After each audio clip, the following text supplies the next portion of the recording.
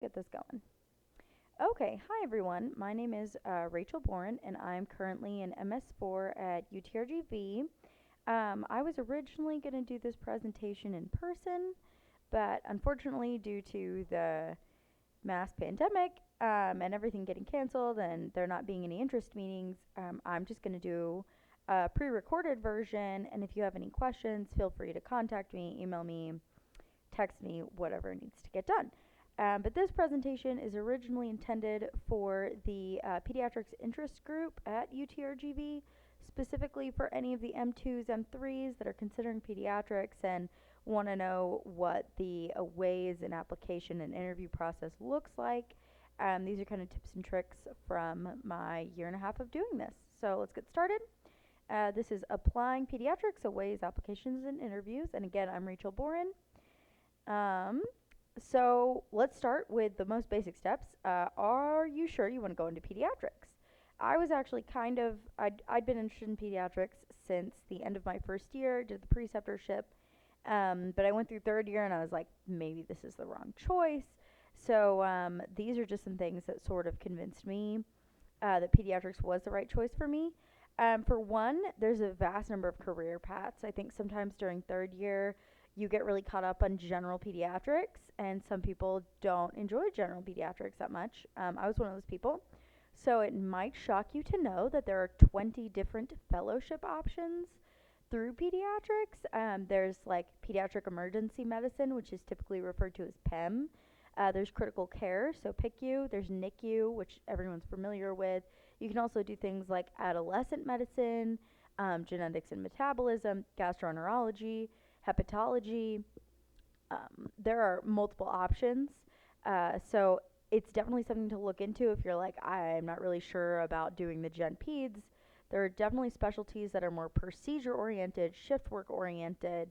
It's a very broad field. Additionally, you could start in something and then say you wanted to transition to something else, also doable. The next thing to consider is personality type, because you want to consider like who are the people I'm going to be spending most of my life with. Because in residency, your work cap is 80 hours, and like you're going to be spending 80 hours with these people and the staff and the faculty.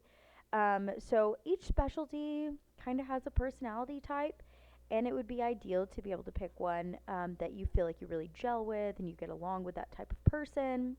Sometimes it's hard to get a feel for this during third year because you're so limited on your experience with residents. One of the things that really solidified this for me was going and doing away rotations, and I got to meet a ton of different pediatrics residents, and it really solidified like these are my people. So that's important to consider.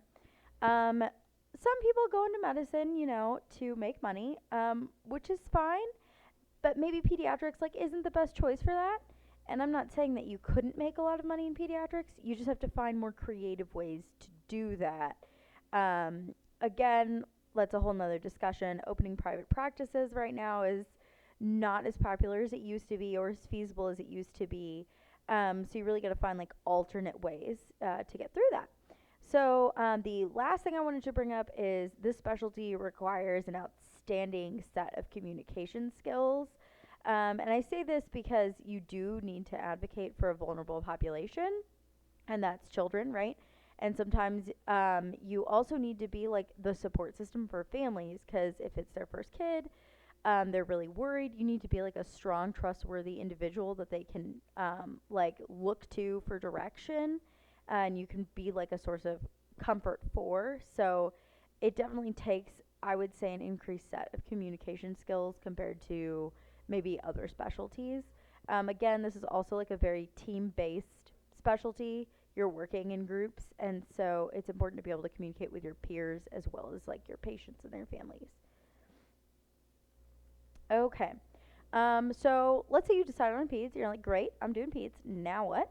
So you need to start thinking about letters of recommendation. Like, who's going to write these for you? Who do you know from your rotation that could write them? Who do you know from your medical school that could write them? I will say that a lot of, like, whenever you go in and you do your ERAS applications, you can designate your letters of recommendation. And one of the designations is, did a chair of your department write your letter of recommendation? So that's really important to try to get the department chair at your school to write one. If you don't already have it, get some research experience. I know a lot of people are like, well, it's pediatrics, it's not competitive, you don't need research. And that really depends on what you're trying to do. If you are trying to do like a fellowship option, if you want to go to a big academic program, research experience is not optional. It really should be on your resume at some point. Just try to get involved, have something to put in that ERAS column, and just show that you had some initiative to go out and try to find research to get involved in. It's really not as optional as some people like to make it sound. And then next steps are start applying for your away rotations. So I know currently this year the AAMC might be not doing away rotations. I'm gonna just go ahead and present like that's still an option, because hopefully it still is later in the year maybe. So for sure start applying for your away rotations. A lot of them will ask for like a personal statement or letter of intent, like why do you want to come to our program? Why do you want to maybe do an elective in nephrology? And then the other things you need to get done are those immunization forms because they are lengthy, they take some time, and there's different little criteria for each one. And then you also need to have a professional headshot done because whenever you apply to these aways, they ask for headshots. So that's why most of us get them done like at the end of third year. And then the last point I wanted to make on this slide that's really, really important, and I can't really emphasize enough, is step 2 CK. Even before they've decided to take away the numerical value from step 1, step 2 CK is really important for pediatrics and a couple of other specialties. So even if you had like a less than stellar step 1 score, you can really make up ground if you go above and beyond on step 2 CK. And in the reverse, if you had a pretty good step 1 score and then you do absolutely horrible on step 2 CK, you're really going to hurt yourself, especially in pediatrics. So definitely don't just jump in and take that test because you heard it's easy. Do your real-world questions, spend time on it, study, take practice tests, and then go take your exam because it is actually really important. Don't let people tell you otherwise.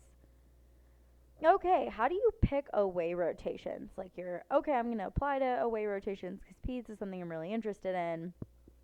I think that they are one of the most important things you can do, and I know a lot of people would say that you don't need away rotations for pediatrics.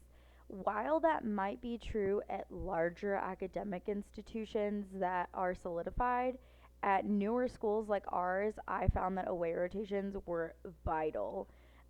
Because no one's heard of your school a lot of times, especially like I was in the southeast for most of mine, and they don't even know the schools in Texas. Like there's no way they're going to know the new medical schools.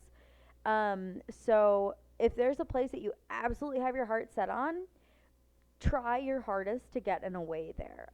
Definitely try because a lot of institutions will offer you interviews if you came and did an away with them. As long as you didn't like really mess up that away rotation. So the other thing to consider is when I was applying to these places, I was like, oh no, it's only useful if I get a sub-I. So it's like right here, the sub-Is versus electives. Originally, I was like, I don't even know if I want to risk going there if it's not a sub-I. But in reality, there's pros and cons to both. With electives, you have so much more free time to interact with all the residents, and then you have free time to look around at the like community that the hospital is in, and like, is this actually a place I want to live? And you get to know your subspecialist really, really well. So I did an away rotation in nephrology at MUSC, and it was wonderful. Like I got to know every single one of the residents. I knew the nephrologist I worked with really well. Nephrology was great because you get to be in the NICU, PICU, and on the floors and in clinic. So electives really don't have to be a bad thing. And then geographically, is there an area of the country that you're really interested in? So I did undergrad I went to high school in Texas, I did undergrad in Texas, and then I did medical school in Texas. So I knew that if I wanted to end up in like the southeast, I needed to prove that I was interested in going there.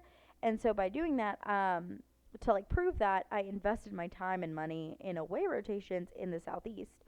So I did 2 of them in South Carolina, and that kind of opens up your realm of possibility for getting interviews in like the Southeast, or like say you wanted to go to California, definitely would go do an away in California. If you wanted to go to the Northeast, try to do one in New York. It just geographically opens up some areas for you, especially for us being from Texas. Um, Also, is there a program that is particularly strong in an area you have interest in? So, for example, St. Jude's Children's Hospital, which is like the mecca of hematology oncology for um, children, that is in Memphis at the and they are associated with the University of Tennessee at Memphis and their pediatrics residency. So, if you are really interested in doing hemonc in the pediatric population, then I would strongly consider doing an away elective there, particularly like in hematology oncology, because you're just going to get to learn so much, and it'll be a good like foot in the door for you to make sure like, yeah, this is absolutely something I want to do, or well, maybe that wasn't exactly what I thought it was going to be, and I might focus on something else. So you can use these away rotations for a lot of different things. Okay, so now you gotten away and you're like, well, actually, this is a more daunting task than I originally thought it was going to be. And that's completely understandable because a lot of times you're moving like 18 hours away from home, 17 hours away from home. You don't have access to a car. You're just kind of flying in and figuring everything out as you go. It's unfamiliar, but this is one of those times for you to really push and get out of your comfort zone and meet as many new people as you can and get all of these experiences in, because looking back you'll be able to say like, I'm so glad I invested my time and my energy into like really getting to know this program, really getting to know this location, figuring out what I really want and what I really don't want. And programs really appreciate that too. Like they know it's hard, and so if you're putting forth that effort, it really does mean a lot. Definitely meet as many people as you can. I had residents that were inviting me to things frequently. Like if they were going to dinner on a Friday night, I would go to that. If they were going to the beach, I'd go to that. Go to as many things as you can. Like I know you're kind of tired, but you're never going to get to do this again. These might be the people that you're going to be working with next year. Like absolutely go. Also, explore the area because there's nothing worse than doing an away elective, having all this time in that place, and then you sit down for your interview and they're like, oh, you did your away here. Do you like the area? And you can't really speak to it. It's a lot better if you show that you're really proactive, you went out and discovered things and you did things, and you can talk about how much you like love the area and the program. The other thing is, and this is just true for like any rotation you do, third year, fourth year, stay really proactive on your rotation. Like jump the gun, print the lists if you need to. Always be the one that can answer questions if people are looking for something. Be there early or on time. Make sure you're a team player. I would say that is the biggest thing that came up during my interviews when I asked, what are you looking for in your residents? Most of the program directors said, we're looking for team players. So definitely prove that you can do that. And the other thing is, be as genuine as possible, because I know sometimes it's hard. Whenever you're at these away rotations, you're just trying to put on a happy face and you're trying to be what you think everyone else wants you to be. But realistically, they're looking to see who you are as a human being. Is this your kind of environment? Are you the type of person that'll get along with the faculty and staff there? So if you can just be as genuine as possible, you'll be doing both you and that program a favor. So try to be as genuine as possible. All right, so now we get to the part where we're applying for actual residency programs. How do we know where to apply? This can seem kind of daunting at first because there's so many programs, and you don't want to end up spending thousands of dollars when you don't need to. So first things first, I use the Texas Star Dashboard, and everybody should have access to this by the end of their third year. And essentially, you just go in and plug in what specialty you're looking for, and it'll come up with a list of programs, and it'll have their averages for step 1, step 2, how many people were AOA, if the people that matched there did an away there, that type of thing. Use those, like that data, to figure out, okay, well, this is kind of where I am. My step 1 score was a 225, my step 2 score was 250. Like, where can I be safe applying? Is it a bit of a reach for me to go, like, to Vanderbilt, or is that kind of within range? And then you want to kind of split it up by how competitive the programs are. And this is one of the rules of thumb. It's super important. Apply to 1/3 reach programs, 1/3 medium programs that you're like, I could probably go there. Like if your step one score is a 229 and that school's step one score is like a 230, that's probably like a medium program for you. And then 1/3 safety programs, which is like their step one score is like maybe a 218 and your average and your step one score is like a 229. So for pediatrics, there's not a huge reason to apply to more than 28 programs. And this is actually from the data. If you just go in and Google like how many programs to apply to AAMC, they'll show you a graph with a curve that has diminishing returns. And it's really around like 26. And so there's not a huge reason to apply more than 28 programs. If you feel you're a weaker applicant, you're like, you don't understand, my step one score was really, really bad, then maybe apply like a little bit more broadly, and spend a little bit of extra money because it's just better to get as many interviews as you can in that case. The other thing is when you're starting to narrow down where you want to apply, you can use Doximity. Doximity I have some problems with only because, let me give you an example. So the University of Texas at Austin, Dell Children's is not ranked well on Doximity, but they're a newer program. They opened in 2008. So they're ranked in the like 67-ish range or whatever. But if you go onto the Texas Star dashboard, they have one of the highest step 1 and step 2 averages. So you know that the applicants that are going there are really qualified and great candidates. But Doximity is ranked by PDs, like the program directors come together and kind of decide on the rankings. And so because it's a newer program, that kind of hurts them. But it doesn't actually mean that it's a bad program. It's a great program. Lots of great candidates want to go there. So all of the Doximity rankings I would definitely take with a grain of salt, especially for you because you're going to get well trained and that might not be as important as people lead on. The other things to consider are what kind of program do you want? Do you want an academic program? Do you want a community program? And that is largely based on what you want to do after. So I knew I was going to go into fellowship. So I'm looking for more of the academic programs, kind of the medium to large programs, because that's going to be able to give me a lot of research opportunities and a lot of connections to get into fellowship afterwards. If you're more interested in Gen Peds, that might not be as important to you. So you could do a community program. It could be small, and that like also broadens your range of places you could go. So that's another way to narrow it down. And then lastly, this is super important to a lot of people, location, location, location. A lot of people are like trying to get back to their families or stay near families, or they're trying to find a place where their spouse can also find a job. I ran into a lot of that in Austin. A lot of people had spouses that were in the tech industry, and so Austin is like a great place because their spouse would be able to find a job quickly.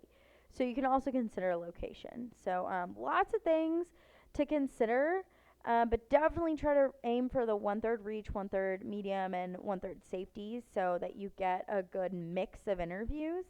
And then if you applied to 40 places and you're like, I absolutely cannot justify spending more money to interview at these like 25 places, feel free to cancel them. Like, especially if you already got places that you know you absolutely love. Don't feel like you absolutely have to go to 25 interviews. It's really okay. All right. So now we're on applications, getting it actually done. Get the recommendation letters done first because those are more variable and you want that in and submitted so that it can be released on time. ERAS is like the most straightforward application process I've been through since like undergrad. It's so much easier than applying to medical school. It takes like maybe a day and a half.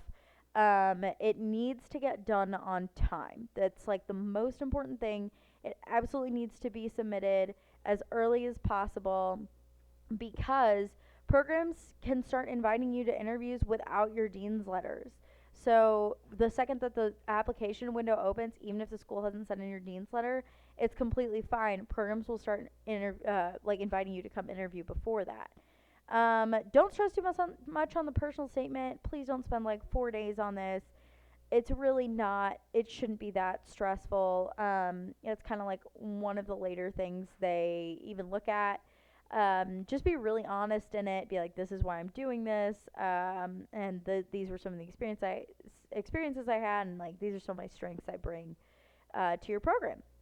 Lastly, pay attention to the hobbies you list, because everyone will ask about them, and it's actually a really great way to stand out. Story time. I was doing my ERAS application, and it was like 11 o'clock at night, and I really just wanted to be done. And I had gotten to the hobbies part, and I was like, oh, this is great. I have so many hobbies to list, like hiking, running, baking, whatever. Everybody puts hiking and running, like, just come up with some other stuff. And so then I was like, I mean, I enjoy like Shark Week, so I just put sharks, like no context, just put sharks. And almost at every single interview, an interviewer asked me, "What's up with sharks?" And so like I had to sit there and explain like, yeah, I really enjoy like shark encyclopedias, and I really enjoy learning about sharks and watching shark movies and reading books. And so it was kind of like a funny story because I didn't realize it was going to turn into what it turned into. But it was also a way for me to be really memorable because it ended up being a funny story slash kind of a weird hobby. So don't be afraid of doing that either. All right. So great. We finished applications. Do I just like sit here and wait, or and the answer is yes. You've put in 3 years worth of work, man. You're like sitting back, let these programs come to you. You are definitely a person that they want to have on their team. So just sit back and wait. I started getting invites 2 days after apps were submitted, which was definitely one of the earlier ones. Like I don't think OB, internal surgery, they definitely send out way later, but pediatrics sends out pretty early. Some of the first interview dates that I saw were my first one was October 18th, I believe. Oh no, it was, yeah, October 18th. So you definitely will start getting them quickly. I will say I ended up making a separate email account that I linked to my ERAS and AMC. And this is because those emails are so, so important, and I wanted them to have like special priority. So I made a new email account for that, and you absolutely need to refresh it every 30 minutes. And this is because when programs send out invites, they'll send out like 100 invites for 50 spots. And so it becomes first come, first serve for scheduling. And you really want to be near a phone or a computer or whatever and get that done as soon as possible, because if not, you end up on a wait list, which is not fun. So you absolutely need to be checking that email every 30 minutes to an hour max. And people understand. Like, I was on away rotations while this was happening, and they knew. They were like, yeah, no, you do you. If you need to run to a computer, do it. Like, we understand. So people are typically pretty understanding. Another rule of thumb, you typically get interviews to about half the places you applied. So, like, if you apply to 30 places, you'll get about 15. That's just, like, a basic rule of thumb. Definitely depends on how strong your application is. If you're, like, outstanding and you apply to 20 and you get 20, like, you're a great applicant. But on average, you get about half. Okay. I'm getting interviews. What do I wear? This is my favorite question to answer. It's the real question. Definitely pick something that goes with your personality but is professional. And it's okay to stand out if it's in a good way. Like, please don't stand out for being the only candidate with rainbow hair. Like, please don't do that. It's better to stand out like, wow, that person had like such a timeless outfit. It looked really interesting. Or like, just something, try to be the classy one. Try to be well groomed for sure. Tame hair, please nothing crazy. Short neutral nails. Make sure your face is washed. You don't have pillow lines on it because you accidentally slept too long. Make sure your deodorant is on and your teeth are brushed. Everyone will emphasize comfortable shoes. I wore heels. It was fine. Oh, I spelled heels incorrectly. I will fix that.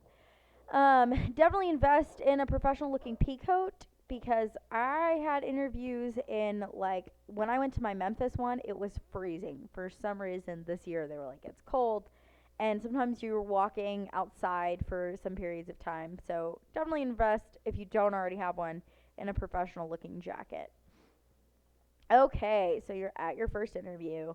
Try to schedule your first one at a place you like are kind of meh about, because that one is definitely a practice run.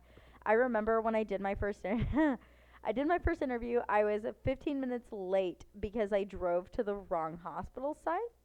I drove to their outpatient clinics, which were 30 minutes away from the actual hospital where the interviews were. So I was 15 minutes late. And that day I was really flustered. And I remember thinking, thank God I scheduled this interview first. So I know you might not think that it's that important. It really can be. So please try to schedule like a practice run first. For pediatrics, especially, attend the pre-interview dinners. Cannot stress that enough. This is a very, like, I would say, social residency program in the sense that you're working in a team. That's kind of a big deal. The residents really want to get to know who you are to make sure that you're going to fit into the team that they've already worked to develop. So these pre-interview dinners are such a good way to figure out if you do fit in. Can I converse with these people easily? And like, is this the kind of place I want to end up being? And so it not only gives them a better feel for you, but it gives you a better feel for them. I think your interview day in general goes better when you attended the dinner. I really believe that. Okay, please know all of the ins and outs of your research, as well as future directions for the project, the whole thing. I say this, I had a couple places where I interviewed and they were just really broad and they were just like, so tell me about your research. So that's like really broad and you can just hit the highlights. It's really easy to do. Then I had programs that asked me, so what enzyme did you study? And what is a cofactor and how does that work? And tell me about the physics behind how enzymes bind. And so it really depends on the program you're at, what they're looking for. They're trying to make you think on your toes, but never, ever, ever go in ill prepared. So please, please, please know all the ins and outs of your research project, as well as everything else on your application. If they're like, oh my God, do you like love volunteering at this colonia? And you're like, what? Like, because you did it first year, definitely remember that you put that in there. Refresh, come up with some stories that like you wouldn't mind sharing and like you feel really impacted you. I think that makes a huge difference, being very like real with people. And then lastly, read the program's website, link the night before so you have questions to ask. The other thing is, I know there's other MS4s that have made documents. It's Jared Eves. He has a document with lists and lists and lists of questions to ask so that you never run out. There's other ones online also. But it is good to just be familiar with the program so you kind of know what you're walking into, and you don't, ask any ill-advised questions. Okay, this is like the most important part about interviewing. The most important thing to remember is they want you there. Like, they absolutely would not have asked you to this interview and wasted a spot and money on your spot if they didn't want you there. So these programs are trying to impress you. There are like about 2,700 applicants for pediatrics.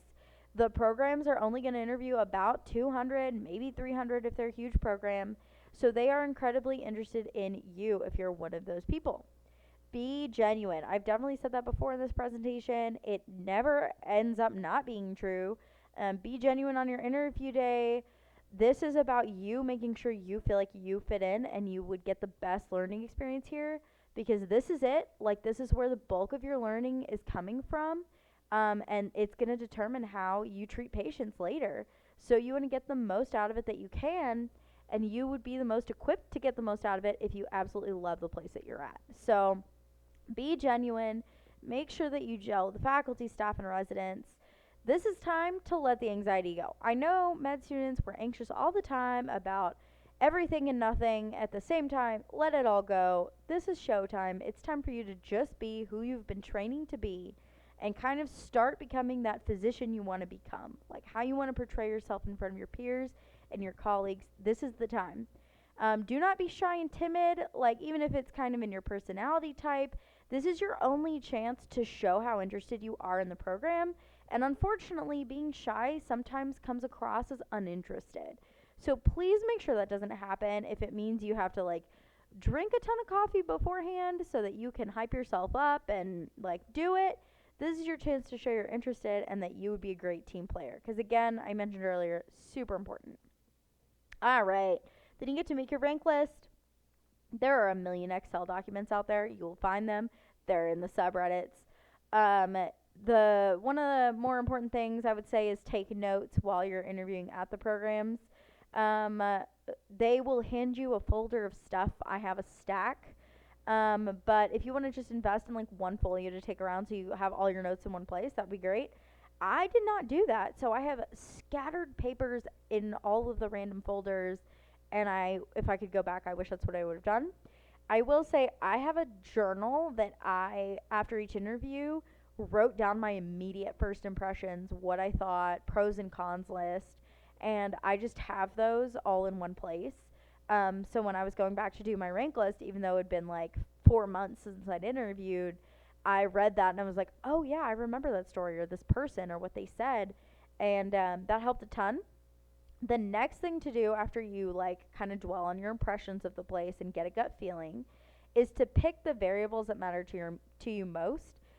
So like that could be location, it could be program size, it could be the residents that were there, the program director. Like, is it financially feasible for me to go to the city with this resident salary?